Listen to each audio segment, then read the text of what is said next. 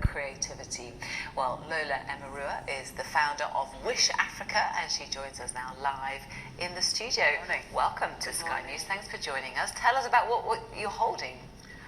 It's a two-day conference. We've invited some of the biggest names from Africa and the diaspora to come and speak about art, fashion, technology, architecture, food and drink. So some topics, yes, are spoken of quite often, especially art and fashion, but technology from Africa is not really spoken about very often. Architecture from Africa is not spoken about very often. So what we're trying to do is create a space where all these various people can come and speak, because what is currently present is that there are a lot of silos, and what happens is that a lot of stories are blown up as unique, so they look remarkable, whereas actually there's such a wide range of people that are doing really impressive work.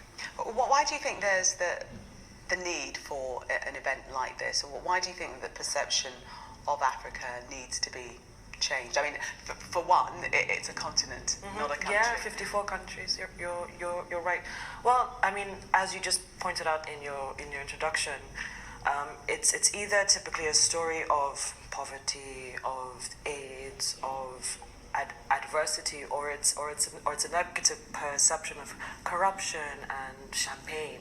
And we're trying to say that there's intelligent life on the continent. You know, it's important in the context of things like Libya, the slave trade, when there's such negative associations with a word, when there are a group of people who are typically associated with that word, it becomes a thing of insecurity when they're not humanized like most intelligent people. So can you give us some examples of some of the strengths or the amazing success stories that are coming out of the continent right now, or sectors which are doing particularly well within Africa? So you have, for instance, a speaker like Greg Truin, a company like Sauta. They were a local Cape Town architectural firm, and now they have built homes all over the world, I think in 36 countries. So when you look at the designs, they're not what would be typically seen as African, but this is founded by a South African man and his partner. It's based in South Africa, and they have managed to take this brand across the whole world. I mean, it's interesting what you say about perception. I was watching a program the other day, and it was talking about the tech industry in Nigeria, which is really taking off and very vibrant. Yeah, no, exactly. Because we kind of skipped the desktop, laptop moment and went straight to mobile. Exactly. So there's been a lot of innovation in mobile technology. In fact, we had a man called Ishmael Ahmed speaking yesterday about his platform, World Remit, and what it was so interesting to learn about the size of the remittances that are moving to Nigeria, for example, and they come from, he said, it's so crazy to see that, you know, we have remittances from Iceland and Uzbekistan going to Nigeria, actually, yes.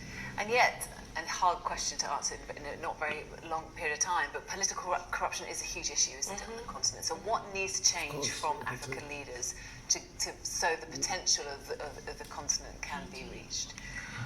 I'm putting the onus actually not so much on the leaders, actually. I think it's important that there are positive stories that are told all the time. I think it's important that people have things. The media has a role to play as well.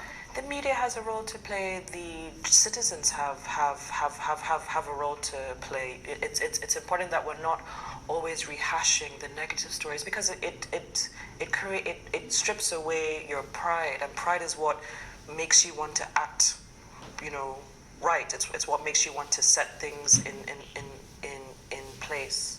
And so yes, the media has a role to play, but citizens also have a role to play. Nola, thanks very much for coming in. Really good to speak to you. So WISH Africa ends today at Kensington Olympia. Yes, it does. Catch it if you can. Sounds very interesting. Great. Thank you. Thank you so much.